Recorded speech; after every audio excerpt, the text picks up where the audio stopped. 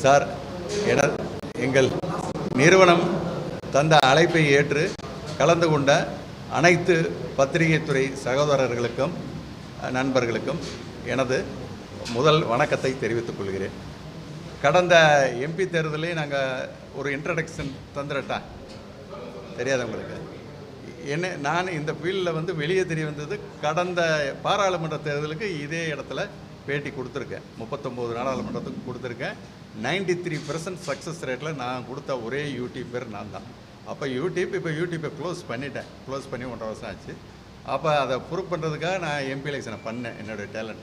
அதுக்கு முன்னாடி ஒரு கட்சியில் 2011 தெளிவாக போட்டு அன்றைய நான் பயணித்த கட்சி கொடுத்தேன். அவங்க கேட்காம தோத்தாங்க.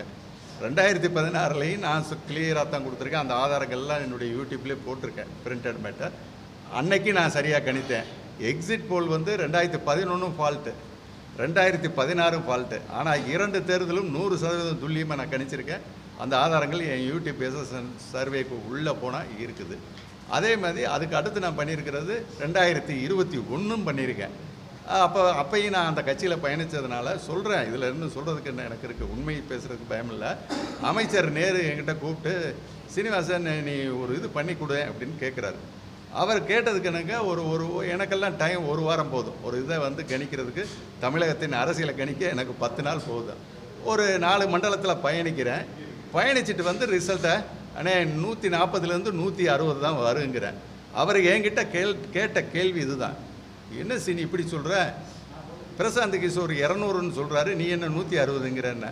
அண்ணே, திருமங்கலம் பை எலெக்ஷனை பண்ணி கொடுத்தவன் நான் 1 வாரம் இரவும் போகல. ஆனால் அதை இன்னொருத்தன் உரிமையாக்கி 40 இடத்துல குத்துப்பட்டு செத்து போனேன். அன்னைக்கு என்னுடைய அறிவாற்றலை திருடி என்ன இன்னைக்கு சொல்கிறேன். நீங்கள் என்ற பார்த்துக்குங்க, கெட்டிக்கார அன்னையிலேருந்து இன்றைக்கி வரைக்கும் ஒரு ஃபால்ட்டு நான் கொடுத்துருக்கேனா கிடையாது.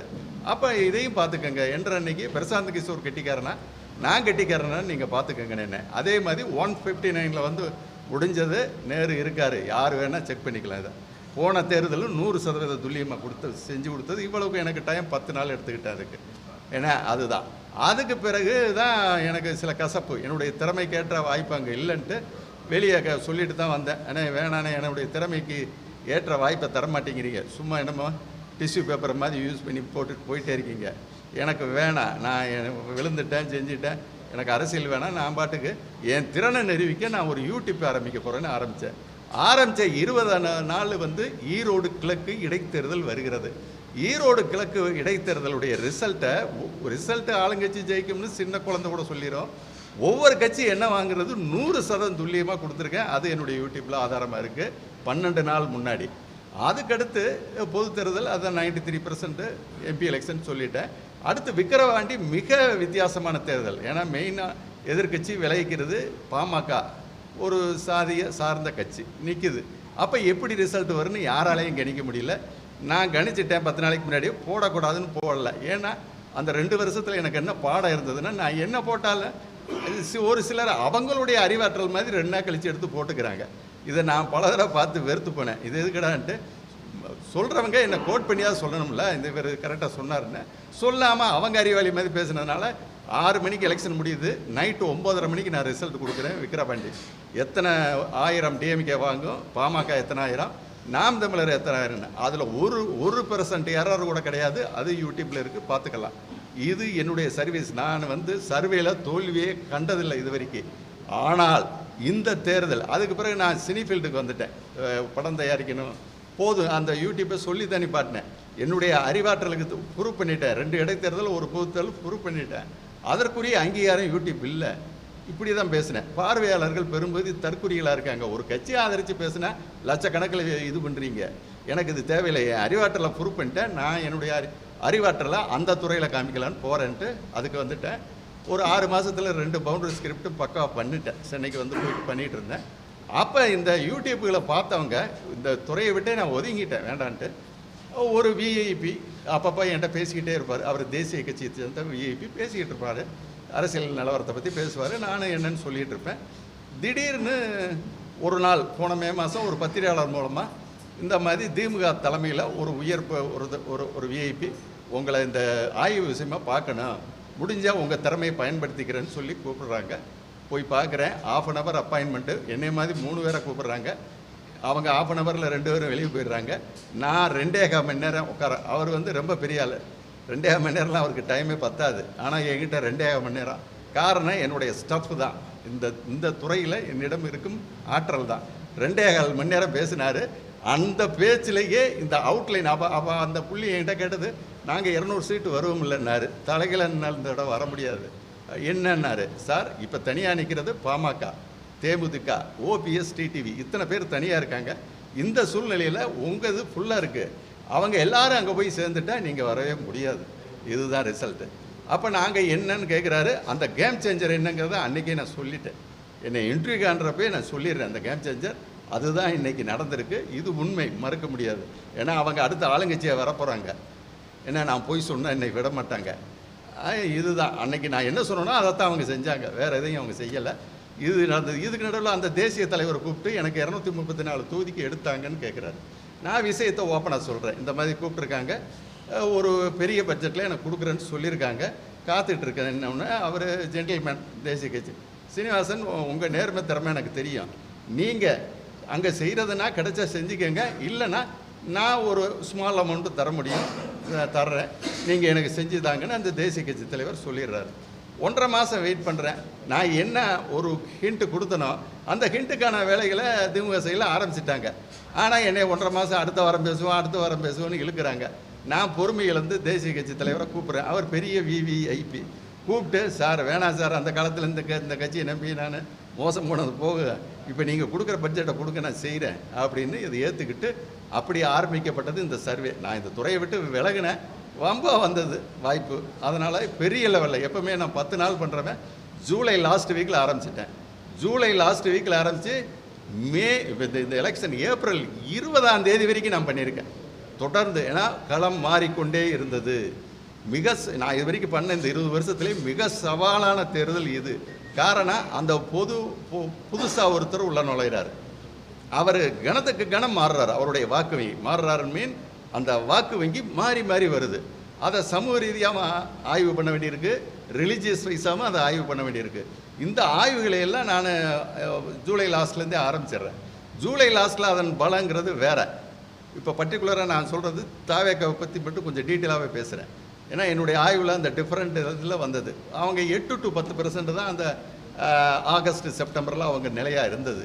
அதுக்கு பிறகு அடுத்த கட்டம், ஏன்னா 234 ஃபஸ்ட் ரவுண்டு முடிச்சுட்டு 2வது ரவுண்டை ஆரம்பிக்கிறேன். 234 அப்போ வந்து ஃபுல்லாக பண்ணலை, ஒரு 120 மட்டும் எடுத்து பண்ணேன். காரணம், ஏன்னா நல்ல வெற்றி, கிளியர் வெற்றின்னு வர்ற தொகுதியை 2வது ரவுண்ட் பண்ண வேணாம், அதை 3rd ரவுண்டில் பார்த்துக்குவோம்.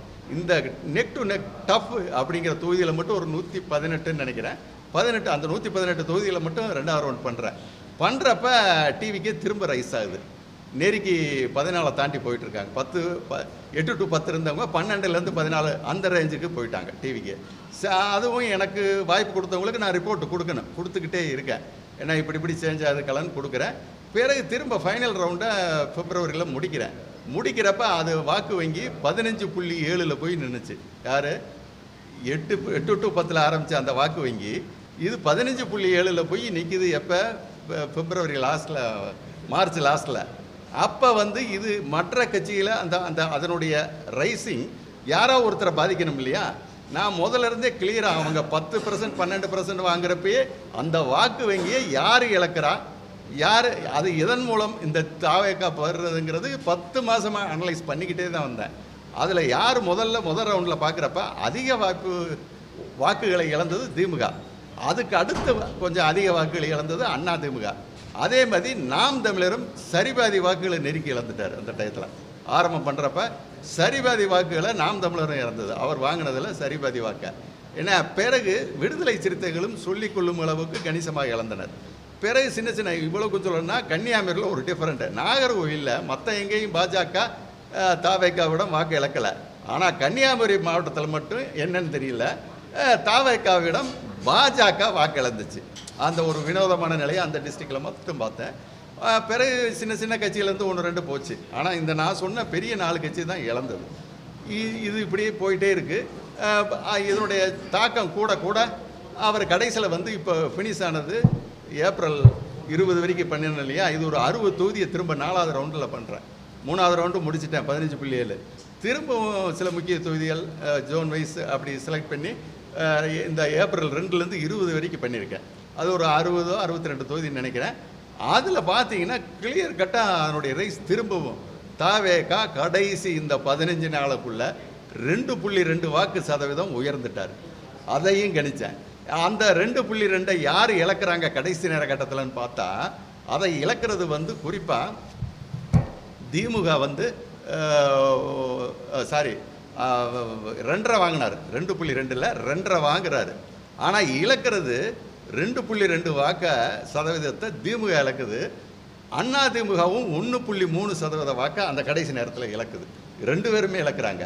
இதில் இவர் வாங்குறது 2.5 புதுசாக திடீர்னு இந்த 15 நாளில். அப்போ மீதி பாயிண்ட் சம்திங் அது எங்கே போச்சுன்னா, நாம் தமிழர் முதல்ல 4ல் இருந்தவங்க பிறகு 4.5 5க்கு வந்து கடைசி கட்டத்தில் அந்த 15 நாள் அந்த 60 தொகுதியில் பார்த்தா நாம் தமிழர் 0.6 ஏறுறாங்க. இந்த 2 பேருமே அவன் 2.5 அவர் 2.5 ஏறுறாரு, இவர் 0.6 ஏறுறாரு. இந்த நுணுக்கமான புள்ளி விவரத்தை நான் இந்த 10 மாதம் தொடர்ந்து அப்சர்வ் பண்ணியிருக்கேன். இப்போ நான் அதனால் தாவேக்காவை பற்றி நேற்று எக்ஸிட் போல் எப்படி எப்படியோ வந்திருக்கு. ஆனால் நான் என்னுடைய அறிவாற்றலை 100% நம்புகிறேன்.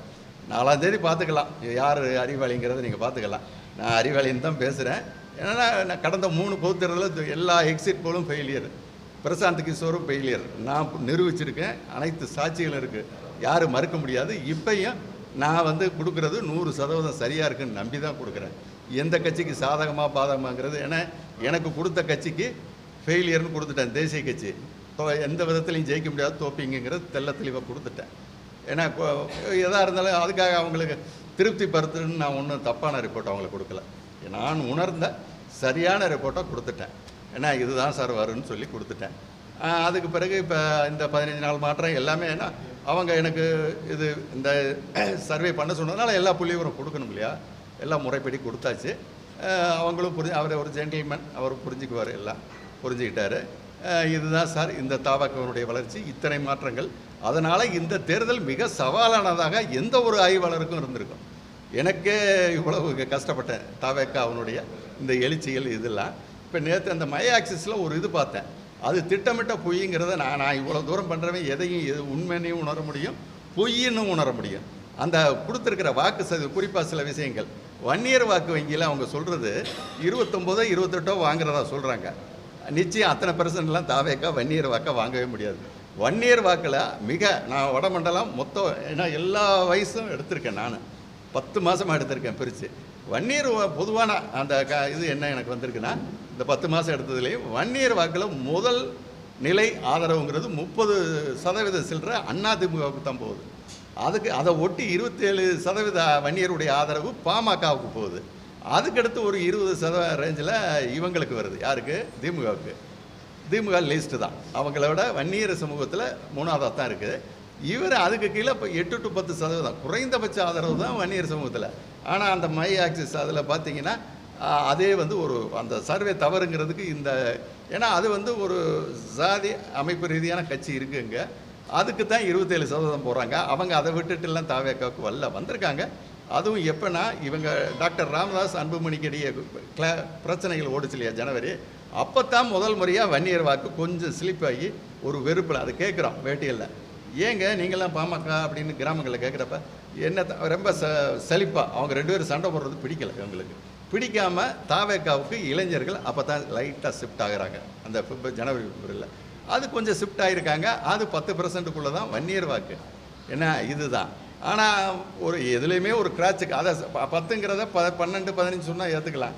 10% வாக்கு போய் 28% வன்னியர் தாவேக்கா போட்டாங்கன்னா எங்கே போய் ஏற்றுக்கிறது? அதே மாதிரி முக்குளத்தூர், என்னை சுற்றி, நான் தென்மண்டலம், என்னை சுற்றி இருக்கிற ஊருக்கு பூரா முக்குளத்தூர் தான். முக்குளத்தூர் ஊர்களில் வந்து வாக்கு வங்கிங்கிறது அதிமுக கோட்டையாக இருந்தது 20 வருஷத்துக்கு முன்னாடி. அதிமுக தான் 85% வாக்கை வரும்.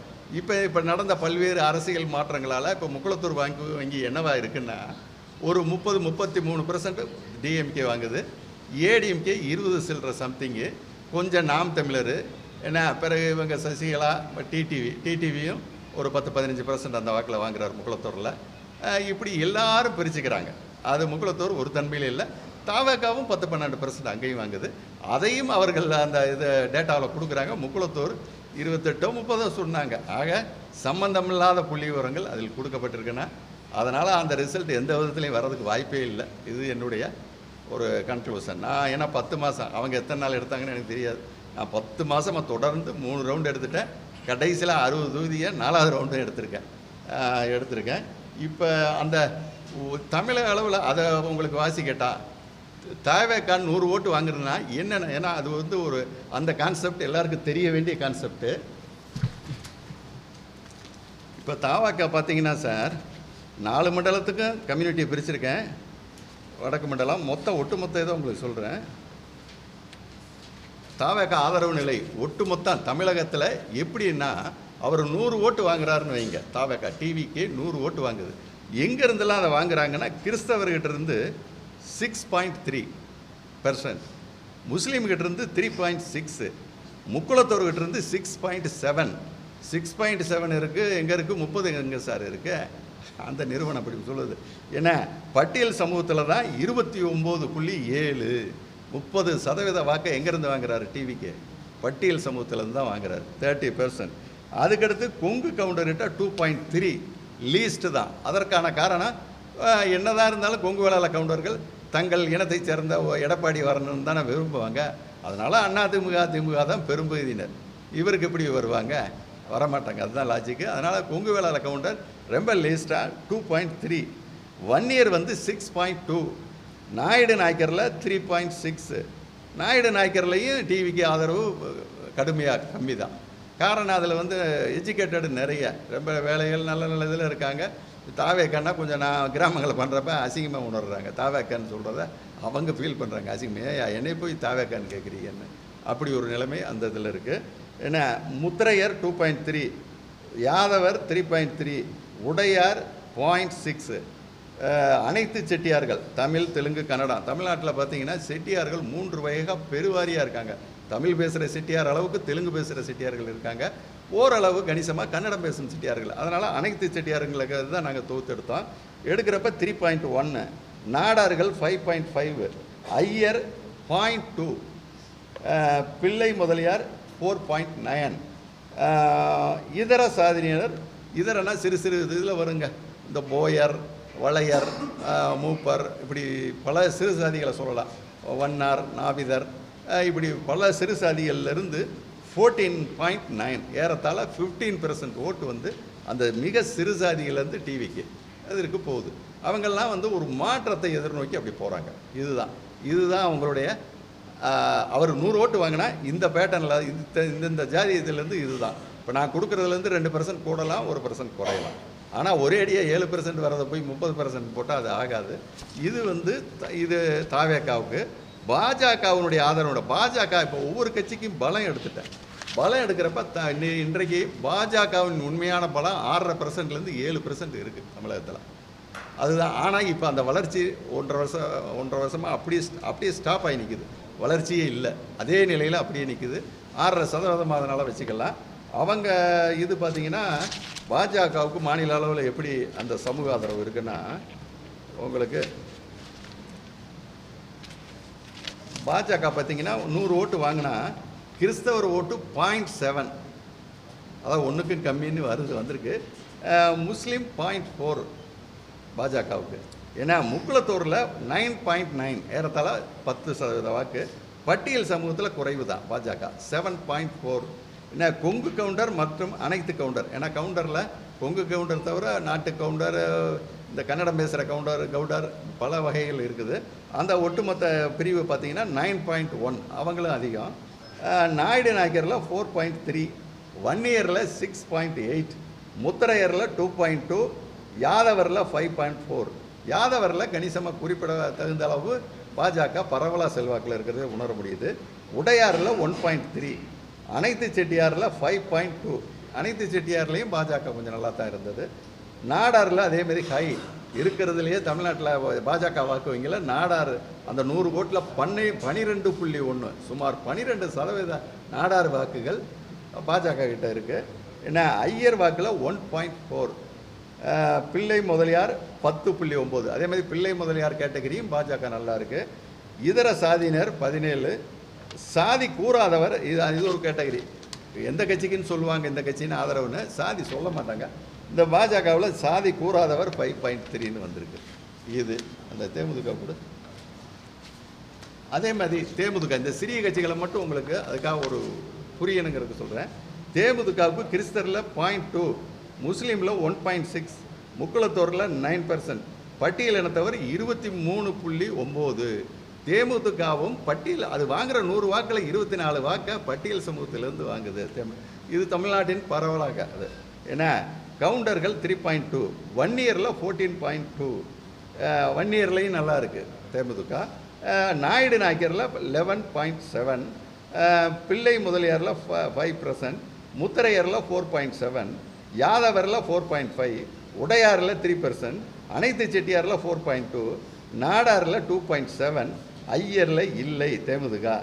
இதர சிறு சாதியினர் 10.5, சாதி கூறாதவர் 1.6. இதுதான் தேமுதிகவினுடைய அனைத்து அதாவது இந்த 3 கட்சி தான். இப்போ பாமக சிறு கட்சி, அதனுடைய ஆதரவு 100னா 100மே வன்னியர் தான். விசிகா சிறு கட்சி, அதனுடைய ஆதரவு 100 பேர்னா 100 பேருமே பட்டியல் சமூகம். குறிப்பாக அதில் பிற சமூகங்கள் இருக்காங்க. தேவேந்திர குலவரும் கொஞ்சம் இருக்காங்க, அருந்ததியரும் கொஞ்சம் இருக்காங்க. ஆனால் பெரும்பாலும் அவங்க அந்த பறையர் சமூக தோழர்கள் தான் அதில் நிறையா இருக்காங்க. குறிப்பிட்ட இனம் தான் இந்த 2 கட்சிகளும் இருக்கும். ஆனால் இந்த பல சமூகங்களுடைய ஆதரவு நிலையில் உள்ள சிறிய கட்சிகள் தவேக, பாஜக அண்டு தேமுதிக இதுதாங்கிறது இந்த சர்வேயில் உணர்ந்து கொண்ட விஷயம். இப்போ வேறு ஏதாவது கேள்வினா சொல்லுங்கள், இல்லை ஃபைனல் ரிசல்ட்டை சொல்லிடவா?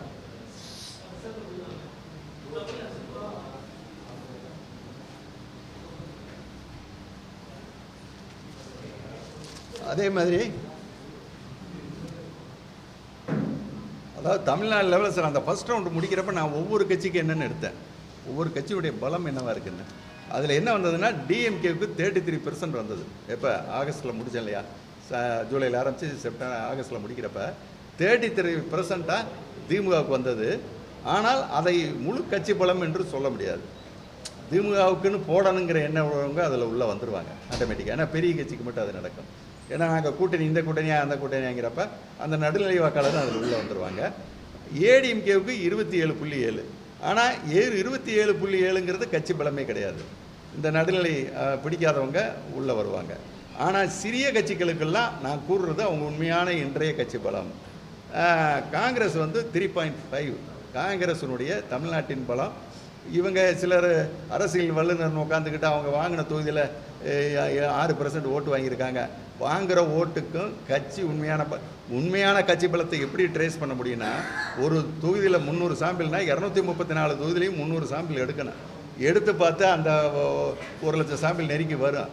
ஏன்னா வர்ற சாம்பிளை கரெக்டாக கட்சி ரீதியாக பிரித்து, ஏன்னா கேட்குற கேள்வி நாங்கள் எப்படி கேட்போம்னா இந்த கூட்டணியா அந்த கூட்டணியான்னு நாளை கேட்டுருவோம். 2வது சப் கேள்வி, சரி திமுக கூட்டணினா எந்த கட்சிக்காக நீங்கள் இதுக்கு போடுறீங்கிறப்ப தான் அந்த கட்சி பலம் வெளியே வரும். அதேமாதிரி அதிமுக கூட்டணியில் எந்த கட்சிக்காகனா ஒருத்தன் பிஜேபிக்காகன்னு சொல்லுவான். அப்போ இந்த சிறு கட்சிகளுக்கு பலம் இப்படி தான் எக்ஸ்ட்ராக்ட் பண்ண முடியும். அப்படித்தான் பண்ணப்பட்டு எடுத்தது தான். டிவிக்கே அப்போவே ஆரம்பத்தில் 11.8 சொன்னலையா, 12க்குள்ளே இருந்தாங்கன்னா 11.8, என்டிகே 3.8, 8.2லேருந்து அப்படி சர்ன்னு இறங்கிடுறாரு 3.8. இப்போ கூடியிருக்காரு ஃபைனலில் கொஞ்சம் 3.8, டிஎம்டிகே 2.7, டிடிவி 0.8, ஓபிஎஸ் 0.2. 2 பேரும் சேர்ந்தே 1% தான். காரணம் அப்படி அவங்க சரிஞ்சுக்கிட்டே வந்துட்டாங்க. ஆனால் அவங்க எதிர்வினை ஆட்டுறப்ப அந்த முக்குளத்தூர் ஓட்டை உடைக்கிறாங்க. அவங்ககிட்ட இருக்கிற பலம் கம்மி. ஆனால் அவங்க எதிர்வினை ஆட்டினா ஒரு 2%, 3% ஓட்டை காலி பண்ணுவாங்க அதுக்கு மேலே. அந்த மாதிரியான ஒரு ரியாக்டர்ஸு. கம்யூனிஸ்ட் 2 எல்லாம் சேர்ந்து 1.8, விசிகே 3.4, பிஎம்கேவும் 3.4. ஏன்னா நிறைய பேர் பாமக 5, 6 அதெல்லாம் இல்லை. நான் எந்த பாராவச்சலில் எடுக்கிறதில்ல. விசிகாவும் வளர்ந்துருக்கு 3.4, பாமகவும் 3.4, எம்டிஎம்கே 0.3, அதர்ஸுங்கிறது 0.1. இதுதான் கட்சி பலம். கட்சி பலம் எடுக்கிறது இப்படித்தான் எடுக்கணும். ஆனால் தமிழ்நாட்டில் அரசியல் விமர்சகர்கள் எல்லாம் ஒரு எலெக்ஷனில் ஒரு கட்சி என்ன ஓட்டு வாங்குதோ அதை கட்சி பலம்னு எடுக்கிறது. அதில் எல்லா கூட்டணி கட்சிகளுடைய டிரான்சாக்ஷன் இருக்கும். நான் சொன்ன சிஸ்டத்தில் யார் எடுத்தாலும் இது வரும். ஆனால் இந்த முறையில் யாருமே எடுக்கிறது இல்லை. கட்சி பலத்தை தவறாகவே ஃபோக்கஸ் அந்த வாங்குகிற ஓட்டு அடிப்படையிலேயே பேசிக்கிட்டு எல்லோரும் உட்காந்துருக்காங்க டிவியில். இதுதான் நேரடியாக எடுத்தால் எல்லாமே வரும். இந்த ஃபைனல் ரிசல்ட் எங்கேயா ஃபைனல் ரிசல்ட் பேப்பருங்க.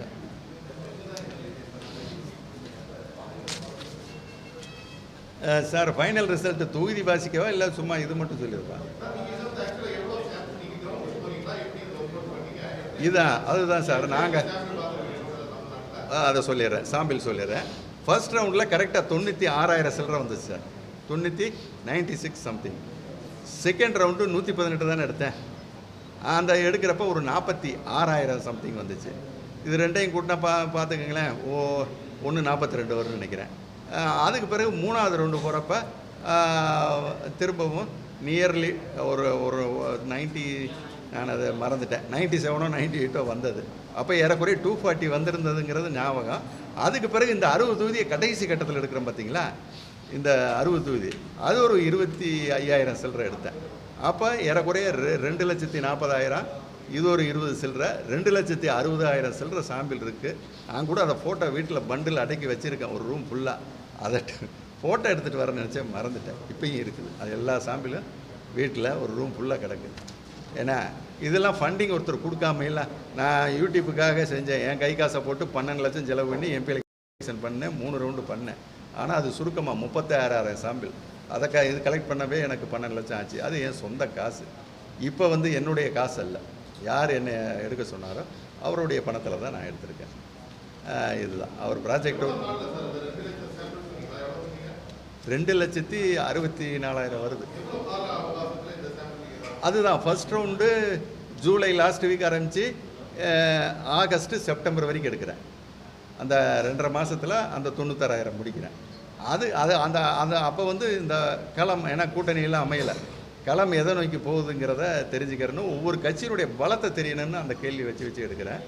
அப்போ முதல்ல இருந்தே என்னுடைய எல்லா 13 கேள்வினாலும் 8 கேள்வினாலும் 2 கேள்வி இதில் கட்டாயம் இருக்குது. என்ன ஜாதி, என்ன மதம். ஏன்னா மதத்திற்கும் ஜாதிக்கும் அரசியலுக்கும் மிக கனெக்டிவிட்டி இருக்குதுன்னு எனக்கு தெரியும். அந்த ஒரு தொகுதியில் ஜாதியினுடைய ப்ரொபோர்ஷன், ஒரு சமூகம் இவ்வளோ 32னா நம்ம சாம்பிள் 32 வராட்டிலும் ஒரு 28ஆவது வரணும் அந்த பெர்சன்டேஜ். ஏன்னா அந்த கொஞ்சம் இல்லை சார், தமிழ்நாடு பூரா 200 ஒரு ஓரத்துலேருந்து அப்படியே வருவோம். இன்னொரு டீம் இன்னொரு ஓரம் வெஸ்ட் ஜோன் எடுக்க, இன்னொரு டீம் சென்னையிலேருந்து இப்படி வாங்கம்பேன். ஏன்னா கார் தான் பூரா, கம்ப்ளீட்டாக கார்ஸ் தான். ஏன்னா கார்ஸ் 5-6 காருகளை யூஸ் பண்ணி தான் எடுத்தேன்.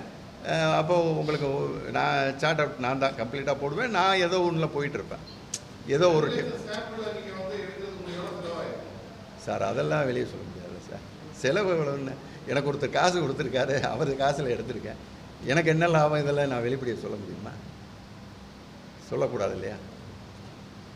பொய் பேச மாட்டேன், நான் பொய் பேச மாட்டேன். அதனால் அது வெளியே சொன்னால் எனக்கு என்ன லாபம்னு உங்களுக்கு தெரியும். ஏன்னா அது நல்லா இருக்கும்.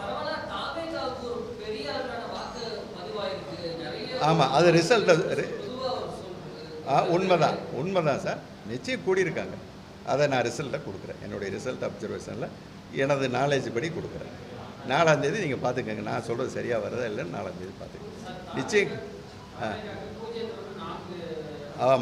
ஆமாம் சார், நான் 19ஆம் தேதி எடுக்கிறப்ப பெரம்பூர் 5ஆவது விடையை எடுக்கிறேன், 13ஆம் தேதியும் பெரம்பூர் எடுக்கிறேன். அதில் பாருங்கள், அந்த சில வினோதங்கள் வரும், அதையும் நாங்கள் பார்த்துக்கிறோம். 13ஆம் தேதி எடுக்கிறப்ப இவர் 31.8 இருக்கிறார். யார் அவர் தலைவர், அதன் தலைவர். டிஎம்கே 38 சம்திங்கில் இருக்குது, 7% இடைவெளியில் தான் நிற்கிறாரு. 7-8% இருந்தது அன்றைக்கி. பிறகு அப்படியே 6ஆவது நாள் எடுக்கிறேன். 19 கொஞ்சம் எடுத்துகிட்டு 20 மார்னிங்கும் கொஞ்சம் எடுக்கிறேன். ஏன்னா எடுக்கிறது ரேண்டமாக எடுக்கிறோம், எல்லாம் கலந்து வரணும். அப்போ அந்த 4-5 ஏரியாவை கலந்து தான் எடுப்போம். அப்படி எடுத்துகிட்டு ஒரு 500 சில்லற சாம்பிள் எடுக்கிறேன். எடுத்துகிட்டு திரும்பி பார்க்குறப்ப என்ன என்னென்னா, சொல்ல சங்கடமாக இருக்குது, இறங்கிட்டார் சார். 31.8 வந்தவர் திரும்ப படக்குன்னு 28க்கு வந்துட்டார், இறங்கிட்டார். வந்தது தான் நான் சொல்ல முடியும். பிறகு அப்பயே எடுக்கிறவங்கள விசாரிக்கிறேன், சார் எங்கே பார்த்தாலும் டிஎம்கே ஏடிஎம்கேக்காரங்களாம் தெரியுறாங்க, பணம் கொடுத்துட்டாங்க. ஆனால் அவங்க தாவேக்காங்கிட்டு பூரா திருச்சி போயிட்டாங்களே. அப்போ இவங்க எடுத்துகிட்டு இருப்போ அவர் திருச்சியில் இருக்கார், 18-19 நினைக்கிறேன், திருச்சிக்கு போயிட்டாங்க. 2% கூடுது. அந்த ரிலேட்டிவிட்டி பார்த்தீங்கன்னா இவர் குறையிறார் இல்லையா, 4%. அப்படியே அந்த ஏடிஎம்கே பாமக வேட்பாளர் அப்படியே அந்த 4 அங்கே பேஸ்ட் ஆகுது. இங்கே 4 குறைஞ்சி அந்த 4 போய் ஏடிஎம்கே ஓட்டில் பேஸ்ட் ஆகுது, கரெக்டாக பேஸ்ட் ஆகுது. ஏன்னா நாங்கள் எல்லா கட்சியும் எடுக்கிறப்ப ஒரு ஒரு ஒரு ரவுண்டு எடுக்கிறப்ப ஒருத்தன் குறைஞ்சிடுறான்னா எங்கே போய் அந்த குறையிறது சேர்ந்துருது, இல்லை ஒருத்தன் கூடுறான்னா அந்த கூடுற ஓட்டு யாருக்கிட்ட இருந்து வந்து பேஸ்ட் ஆகுதுன்னு பார்க்கணும். அந்த மாதிரி இருந்தது. பிறகு திரும்ப அந்த பணப்பட்டோட நடந்திருக்கு. அதனால் என்னுடைய கெஸ்ஸிங் பெரம்பலூரை பொறுத்தல ரிசல்ட் என்னுடைய அனுபவம் நான் தொடர்ந்து 5 தடவை எடுத்துட்டேன். நிச்சயமாக அந்த கடைசி நேரம் ஒரு தலைவருங்கிறது அவங்களும் கடைசியில் பணம் கொடுத்துட்டாங்கன்னு கேள்விப்பட்டேன். அப்படிங்கிறப்ப சில 2-3% ஜெயிக்கலாம், இல்லை 2-3% தோற்றும் போகலாம். 2 வாய்ப்பும் பெரம்பலூரில். சரி, 4 தொகுதின்னு நான் குறிப்பாக அது ஒன்று தான் சார் கண்ணில் படுது. மற்றதை ஒரு நெருக்கி வந்தவங்கள யூகத்தில் விட்டேன். ஏன்னா திருச்சி மேற்கில் 2 தடவையும் கடைசியில் எடுக்கிறப்ப அந்த 31-2லேயே தான் நிற்கிறார், மேலே ஏறலை. தெற்கு மண்டல தொகுதி வாசிக்க வேண்டியது இல்லை சார். தெற்கு மண்டலத்தில் சார் கடும் போட்டியில் பார்த்தீங்கன்னா 2 ஒரு 14 தொகுதி இன்னும் கடும் போட்டியில் இருக்குது சார். இருந்தாலும் என்னுடைய அசஸ்மெண்ட்டு டிஎம்கே ப்ளஸ் தென் மண்டலத்தில் 45லேருந்து 51 சீட்டு வரைக்கும் ஜெயிக்கும் சார். ஏடிஎம்கே ப்ளஸ் வந்து 7லேருந்து 13 சீட்டு வரைக்கும் ஜெயிக்கிற வாய்ப்பு இருக்குது சார். இது தென் மண்டலம். அடுத்தது மேற்கு மண்டலம். மேற்கு மண்டலத்துலேயும் கடும் போட்டி ஒரு 14 தொகுதி நிற்கிது. அது தவிர அதையும் சேர்த்துருவோம் ரிசல்ட்டுக்கு. இதில் பாசிபிலிட்டி எப்படி வரும்னா திமுக ப்ளஸ் வந்து 28லேருந்து 31 சீட்டு மேற்கு மண்டலத்தில் ஜெயிக்கும். அதிமுக ப்ளஸ் வந்து 30லேருந்து 33 சீட்டு ஜெயிக்கும் சார். இது மேற்கு மண்டலம். அடுத்தது சென்ட்ரல் மத்திய கிழக்கு மண்டலம், அதாவது திருச்சி அப்படியே கிழக்கு. மத்திய கிழக்கு மண்டலத்தில் பார்த்திங்கன்னா கடும் போட்டிங்கிறது ஒரு 10 தொகுதிகளில் கடும் போட்டி இருக்குது. அங்கே டிஎம்கே வந்து 36லேருந்து 40 சீட்டு ஹை வின்னிங் ரேஞ்ச் வந்து மத்திய கிழக்கு மண்டலம். ஏடிஎம்கே 6லேருந்து 10 சீட்டு தான் ஜெயிக்குது. இது வந்து மத்திய கிழக்கு மண்டலம். வடக்கு மண்டலம் கிருஷ்ணகிரியிலேருந்து அப்படியே அந்த பார்டர்லேயே வரும் வடக்கு மண்டலம். வடக்கு மண்டலத்தை பார்த்தீங்கன்னா டிஎம்கே வந்து 22லேருந்து 26 சீட்டு ஜெயிக்கும் சார். ஏடிஎம்கே வந்து 6லேருந்து 10 சீட்டு ஜெயிக்கிறாங்க சார். இதுதான் வடக்கு மண்டலம். அதில் கடும் போட்டி இருக்கிற தொகுதி ஏறக்குறைய 8 தொகுதி கடும் போட்டியில் இருக்குது. அதில் கொஞ்சம் பெரும்பாலும் ஏடிஎம்கே வர வாய்ப்புள்ள தொகுதியிலாகவும் இருக்குது. சென்னை மண்டலத்தை பொறுத்தளவில் கடும் போட்டியில் 7 தொகுதிகள் இருக்குது. பாசிபிலிட்டிஸ் என்னவா வருதுன்னா டிஎம்கே ப்ளஸ்ங்கிறது இந்த சென்னை மண்டலங்கிறது சென்னை 16, காஞ்சிபுரம், செங்கல்பட்டு, காஞ்சிபுரம் இல்லை செங்கல்பட்டு, இந்த பக்கம் திருவள்ளூர், இதெல்லாம் கலந்தது தான் 37 தொகுதி வரும். அதில் 34லேருந்து 36 திமுக கூட்டணி ஜெயிக்கிற வாய்ப்பு. ஏடிஎம்கே கூட்டணி 1லேருந்து 3 வரைக்கும் ஜெயிக்கலாம். 1லேருந்து 3 வரைக்கும். டிவிகே வந்து 0 தான் என் மனசில் படுது. ஒருவேளை வந்தால் 2 சீட்டு இந்த சென்னை மண்டலத்தில் டிவிக்கே வரலாம். ஒட்டுமொத்த ரிசல்ட்டுங்கிறது பெர்சன்டேஜ் ஆஃப் ஓட்டு ஒட்டுமொத்தத்துக்கு சொல்லிடுறேன். டிஎம்கே ப்ளஸ் வந்து 39.5லேருந்து 42.5க்குள்ளே அதனுடைய ரேஞ்ச் இருக்கும். ஓட் பெர்சன்டேஜுங்கிறது 39.5லேருந்து 42.5க்குள்ளே தான் திமுக வாங்கும் சார். பெரம்பூரில் வாய்ப்பு இருக்குது சார். பெரம்பூரில் வாய்ப்பு இருக்குது, தோக்கிற வாய்ப்பும் இருக்குது. ஜெயிக்கிற வாய்ப்பு இருக்குது, தோக்கிற வாய்ப்பு ரெண்டுமே பெரம்பூரில் இருக்குது. திருச்சி கிழக்கில் உறுதியாக தோக்கிற வாய்ப்பு மட்டும்தான் இருக்குது. ஏடிஎம்கே கூட்டணி குறைஞ்சது 33.5க்கு குறையாது, 33.5க்கு குறையாது. எது வரைக்கும் போகலான்னா 36.5 வரைக்கும் போகும். இது ஏடிஎம்கே ப்ளஸ். டிவிகேவுக்கு குறைஞ்சபட்சம் 18% சார், அதிகபட்சம் 22% வரைக்கும் அவங்க போவாங்க. நீங்கள் சொல்லலாம் என்ன சார் 22% ஓட்டுக்கு வாங்குறீங்க, ஆனால் சீட்டுனா அதுதான். தமிழ்நாட்டு இப்போ இதே இது வட இந்தியாவில் ஒருத்தன் 18-20% வாங்கினா அவங்களுக்கு 20 சீட்டு கன்வர்ஷன் ஆகும். காரணம், ஒரு கட்சி வந்து ஒரு ஏரியாவில் ஒரு குறிப்பிட்ட பிரிவினர், ஒரு குறிப்பிட்ட ரிலீஜியஸ் அப்படி பேக்கிங் ஆகி அந்த குறிப்பிட்ட பகுதியில் வெற்றி ஈட்டிடுவாங்க, மற்ற பகுதியில் கிடைக்காது. ஆனால் தமிழ்நாட்டில் ஒரே மாதிரி தான், அப்படி குறிப்பிட்ட பகுதியில் வெற்றி ஈட்ட முடியாது. 20% 22 வரைக்கும் போனாலும் வெற்றிங்கிறது கன்வர்ஷன் ஆகலை, ஓட்டு போகுது. இப்போ எனக்கு கடைசியாக வந்தது 15.7லேருந்து 18க்கு வந்துட்டார். ஆனால் நான் போனஸ் எவ்வளோ கொடுத்துருக்கேன்? 4%. 4% போனஸ். இது வந்து நான் தொடர்ந்து சர்வே பண்ணுறதுனால எனக்கு என்ன நடக்குன்னு தெரியும். ஏன் கொடுத்தனா, பெண்கள் வந்து ஆண்கள் ரேஷியோ கூட அதிகம் போட்டிருக்காங்க. பிறகு கடைசியில் இந்த குழந்தைகளை பகடைக்காய் ஆக்கி கொஞ்சம் கீழ்த்தரமான வேலைகளில் பல வீடுகள்லேருந்து எனக்கே கம்ப்ளைண்ட், என் நண்பர் வீட்டிலேருந்தே கம்ப்ளைண்ட், என்னங்க இப்படி இல்லாமல் பண்ணுவாங்க சின்ன குழந்தைய அப்படின்ட்டு. அது ஒரு மோசமான செயல். இப்படி இல்லாமல் அரசியல் பண்ணுறதுன்னு எல்லாம் இருந்தாலும் அதுலேயும் ஓட்டு வந்திருக்கு. அந்த குழந்தைகளை டார்ச்சர் பண்ணி அது மூலமாக ஓட்டு கிடச்சிருக்கு. அதனால தான் நான் இப்போ ஆண் ரேஷியோ 18னா இந்த லேடிஸு இந்த குழந்தைகள் மூலம் வந்ததை திரும்ப அந்த ரேஷியோ பாதி எவ்வளோ கூட்டிக்கிறேன்? 8% கூட்டுறேன். அதாவது ஆண்கள் 18 பேர் போட்டிருந்தா பெண்கள் 26 பேர் ஓட்டு போட்டிருக்காங்க 100க்கு. அப்படி ஒரு கணக்கை எடுத்துக்கிறேன். ஆனால் எடுத்துக்கிட்டு தான் அதை ஆவரேஜ் பண்ணணும். 18ஐயும் 24ஐயும் கூட்டி 2ஆல் டிவைட் பண்ணால் 22% வரும். அதுதான் என்னுடைய மேக்ஸிமம் லிமிட். அதை தாண்டறதுக்கு எந்த வாய்ப்பும் கிடையாது தாவேக்கா. அதனால் தாவேக்கா அந்த ரேஞ்ச் சார். நாம் தமிழர் கடைசி நேரத்தில் ஒரு 1/2% எக்ஸஸாக வந்தாங்க. அதனால் அவங்க வந்து 4.5லேருந்து 6.5 வரைக்கும் போகிற வாய்ப்பு இருக்குது சார் நாம் தமிழருடைய ரேஞ்சு. இதர இந்த சசிகலா, ராமதாஸ் நின்னது, டாக்டர் கிருஷ்ணசாமி நின்னது, இப்படி எல்லாம் அந்த கட்சி வேட்பாளர்கள் வந்து 0.4லேருந்து 0.8% வரைக்கும் அவங்க அந்த சிறு கட்சிகள் வாங்கலாம். இதில் இந்த தடவை வந்து வெற்றி தோல்வியை நான் எப்போவுமே ஒரே இதில் தான் சொல்லுவேன். இப்போ 2ஆக பிரித்து சொல்கிறேன் வெற்றி தோல்வியை. காரணம், அவ்வளவு குழப்பமான தேர்தல், அவ்வளவு நெருக்கடியான தேர்தலாக இது இருக்குது. அதனால் எப்படி பிரிச்சேன்னா பார்த்தேன், கிளியர் வெக்டரின்னு வரதை முதல்ல ஐசோலேட் பண்ணி எடுத்துருவோம். இந்த 234ல் அதிமுகவோ திமுகவோ அவங்களுக்கு கிளியர் வெக்டரி இதில் மாற்றமே வராதுங்கிறத முதல்ல வெளியே தூக்குவோம்னு அந்த 234ல் அதான் ஆய்வு பண்ணி வெளியெடுத்தேன். அப்படி எடுக்கிறப்ப சார் திமுக 148 தொகுதியில் கிளியராக ஜெயிக்குது சார். அதில் எந்த மாற்றம் இல்லை. அதே சமயம் அதிமுக 36 தொகுதிகளில் கிளியராக ஜெயிக்குது. 50 தொகுதிகளில் மிக கடுமையான போட்டி நிலவுது. அந்த 50ல் பார்த்தீங்கன்னா சிறிய எட்ஜு டிஎம்கே 11, 15 தொகுதிகளில் ஏடிஎம்கே எட்ஜில் இருக்குது. அந்த 50ல் ஒரு வெற்றிக்கான எட்ஜில் ஏடிஎம்கே இருக்குது. 15 தொகுதியில் ஈக்குவல் ஃபைட்டில் 24, யாருன்னே சொல்ல முடியலைங்கிற ஸ்டேஜில் 24 தொகுதி இருக்குது. இது 50. இதில் இந்த 50 என்னுடைய நாலேஜுக்கு ஒரு பிரித்து கொடுப்பேன் இல்லையா?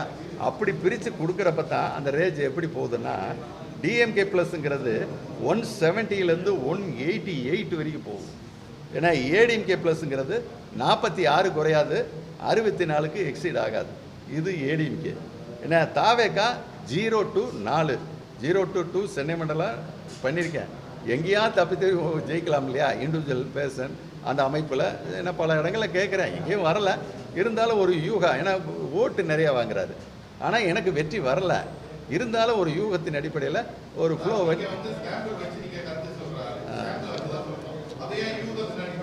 இல்லை அது வந்து நம்மளை மீறி நடக்கிற, அதாவது ஒருத்தர் சார் 0 சார் 0 இருக்குல்ல, அதான் 0 கொடுத்துட்டேன். இல்லை நான் எப்போ சார் சார் சார் ஃப்ளோ நான் எனக்கு காசு கொடுத்தவங்க சார் எனக்கு காசு கொடுத்தவங்க தோக்குறாங்கன்னு சொல்லிட்டேன் சார். ஏற்கனவே கொடுத்துட்டேன். ஏப்ரல் 2ஆம் தேதியே கொடுத்துட்டேன். எல்லாருக்கும் தோக்குறாங்கன்னு, காசு கொடுத்தவங்கள தோக்குறாங்கன்னு சொல்லிட்டேன். அதனால தான் வெளியிட வேண்டாம்னு சொல்லிட்டாங்க. நானும் வெளியிடலை. ஆஃப்டர் எலெக்ஷன் வெட்டிக்குள்ளே போன பிறகு உங்கள் இது தாக்கம் யாரையும் ஏற்படுத்தாது. அப்போ இப்போ என்னுடைய இது யாரையா தாக்கம் ஏற்படுத்த போதா?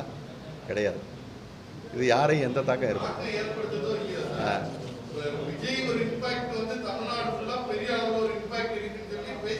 ரைட்டு. அது நான் என் சர்வேல அவர் சார் அவருக்கு சார் நான் சொல்ல